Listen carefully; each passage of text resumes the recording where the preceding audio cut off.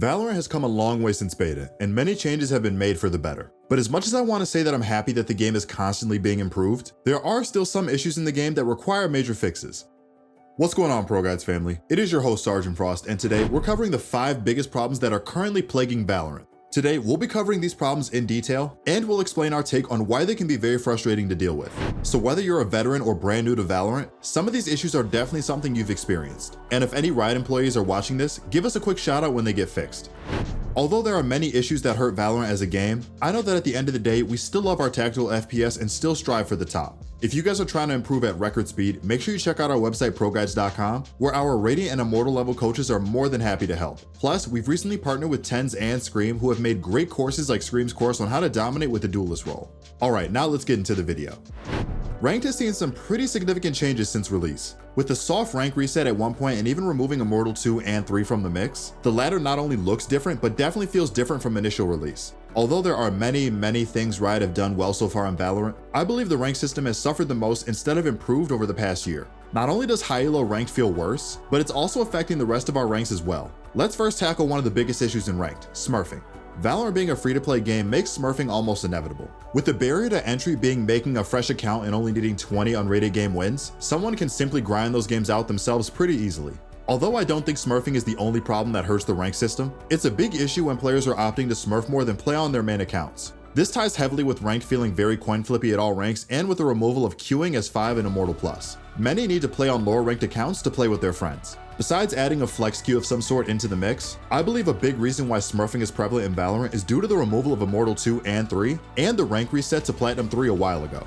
And as much as I want every single one of us to reach Immortal rank, I think that Immortal is currently oversaturated with players, and that hurts how ranked matchmaking feels. I think a very easy fix is just adding Immortal 2 and 3 back or some sort of new ranks to even it out. Maybe I'm biased, but it feels like someone's rank has become less meaningful over the past year, as some ranks are saturated and in most cases hidden MMR matters even more. I hope over time Riot can address that. We've seen for years in Counter-Strike how many serious players will opt for third-party matchmaking through ESEA or FACEIT, and we hope that it doesn't have to come to that at some point with Valorant. The last issue is something that I'm not too sure how to exactly fix, but I think we can all agree on how annoying it can be. And with that, I'm talking about insta-locking duelists. It does happen with other roles sometimes, but those are few and far between. It's upsetting because some of these players may be insta-locking duelists off of tilt from previous losses, or they aren't too keen on cooperating and would rather just go for kills. It can be frustrating to deal with, especially if you're trying to learn more from your ranked experience.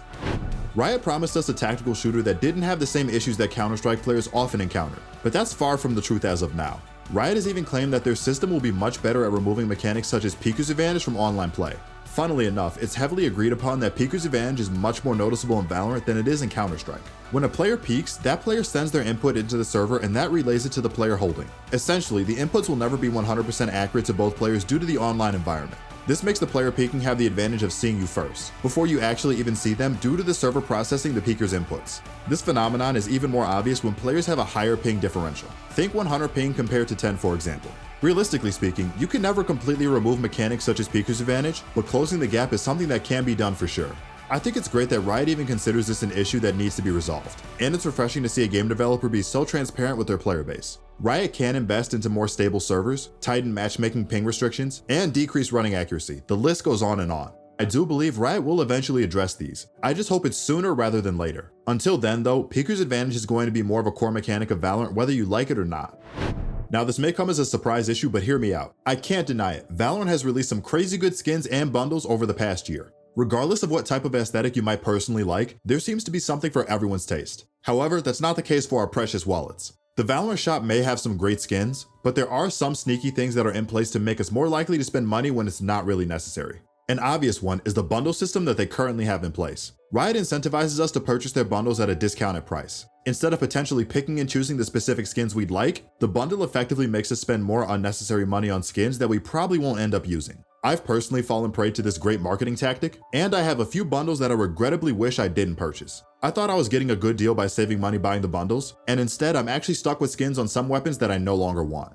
Another issue is the rotating one-day shop. It's a great feature that they've taken from other games. However, when Riot is charging an absurd amount for bundles and skins, the rotating shop makes it extra easy to justify purchasing something because you might never see that skin again. I can't tell you how many times I've purchased a skin that I later regretted just because I convinced myself to do so in fear that I might not get another chance to purchase it. Overall, it feels kind of strange that they don't have most of the skins available to purchase in general. It's something they do in League of Legends already. Not to mention the skins in that game are much higher production value and the prices are reasonable. You can also unlock skins just by playing the game and opening chests, so hopefully they take note of that out of their own book and bring that over into Valorant.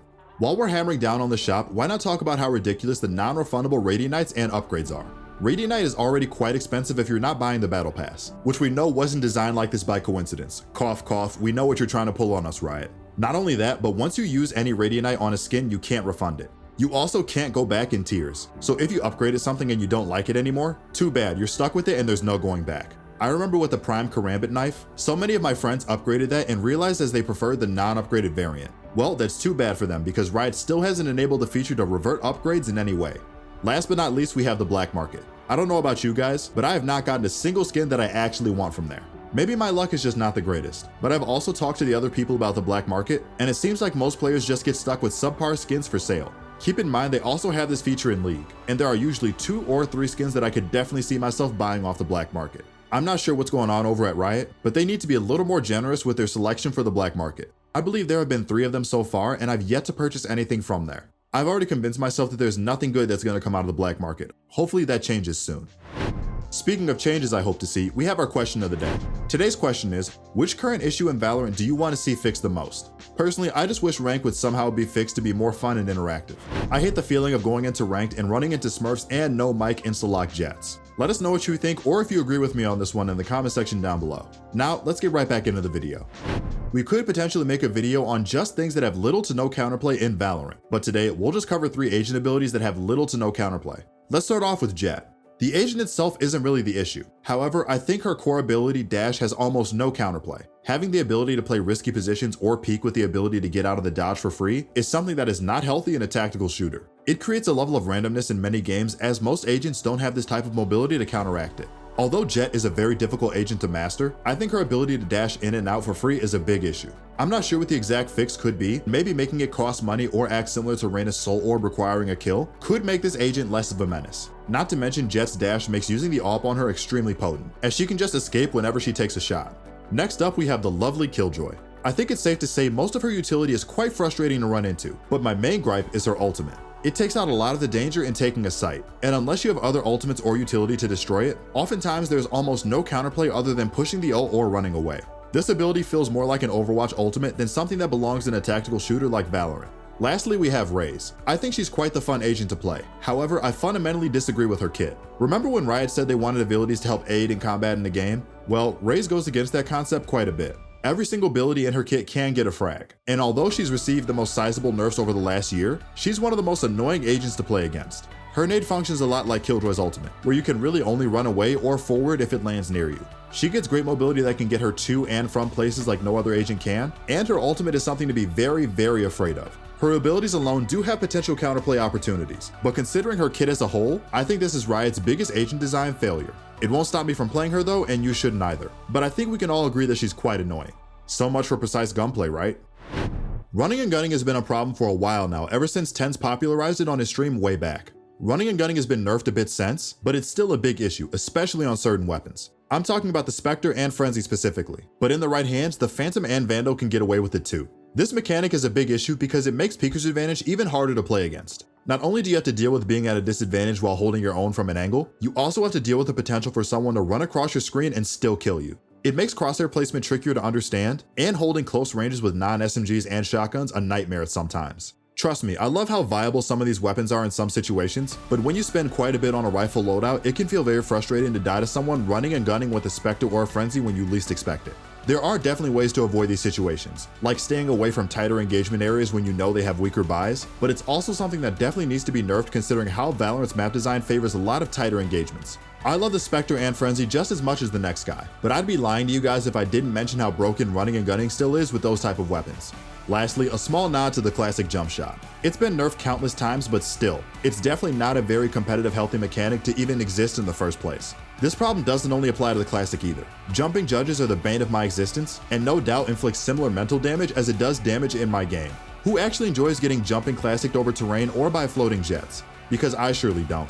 Maybe Riot could remove the ability to burst in the air, but who knows what's the best way to balance jump shooting gimmicks? Maybe you guys have an idea.